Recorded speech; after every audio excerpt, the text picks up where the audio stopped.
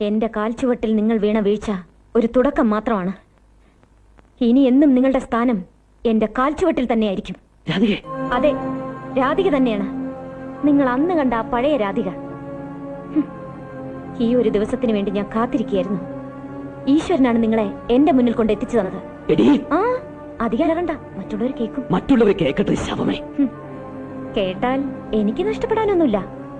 മകന്റെ വീരപ്രവൃത്തികൾ അറിഞ്ഞാൽ 2 പ്രാവശ്യം അറ്റാക്ക് വന്ന നിങ്ങളുടെ അമ്മയ്ക്ക് എന്തെങ്കിലും സംഭവിക്കും. എനിക്ക് നഷ്ടമാവുന്നത് ഒരു ദിവസത്തെ ബന്ധം മാത്രമുള്ള എന്റെ അമ്മായിയമ്മ. നിങ്ങൾക്കോ 29 വർഷത്തെ ബന്ധമുള്ള പെറ്റമ്മ. അത് ഓർമ്മിച്ചോ? ആദ്യ രാത്രിയല്ലേ ആയുള്ളൂ. ഇനിയും കിടക്കുന്നുണ്ടല്ലോ ഒരുപാട് രാത്രികളും പകലുകളും. ഒന്ന് മാത്രം ഞാനിപ്പോ പറയാം. സ്വസ്ഥതയും സമാധാനവും ഇന്നു മുതൽ നിങ്ങളുടെ ജീവിതത്തിൽ ഉണ്ടാവാൻ പോകുന്നില്ല. Take it as my word. എന്നെ നിനക്കറിയില്ല. ഞാൻ കളി കുറെ കണ്ടതാ. നീ പോലും അറിയാതെ നിന്നെ ഒഴിവാക്കാൻ എനിക്ക് അറിയാടി. പണ്ടേ നിങ്ങളൊരു മണ്ടനാ. ഞാനേ വന്ന് സ്നേഹം അഭിനയിച്ചപ്പോ അതും വിശ്വസിച്ച് മനസ്സ് മാറിയൊരു ആന മണ്ടനാ നിങ്ങള്. പിന്നെ എന്നെ ഇല്ലാതാക്കി നിങ്ങൾ മാത്രം അങ്ങനെ സുഖിച്ച് ജീവിക്കാമെന്നൊന്നും കരുതണ്ട. നിങ്ങൾ ഒഴിച്ച് ഈ വീട്ടിലുള്ള എല്ലാവർക്കും ഞാൻ കണ്ണിലുണ്ണിയാണ്. ലക്ഷ്മി ദേവിയെ പോലെ ഐശ്വര്യവതിയാണ്.